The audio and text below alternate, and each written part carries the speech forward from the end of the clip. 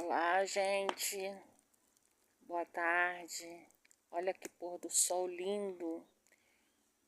E isso aqui, tô tocando fogo no entulho.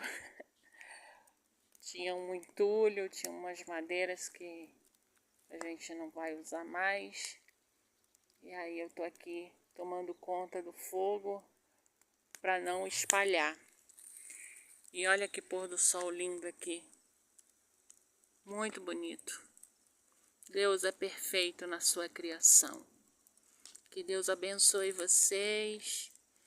Que Deus dê saúde, paz. Tira a angústia que está no teu coração aí agora. Em nome de Jesus. E fica apreciando essa coisa linda que Deus fez. A natureza, o pôr do sol.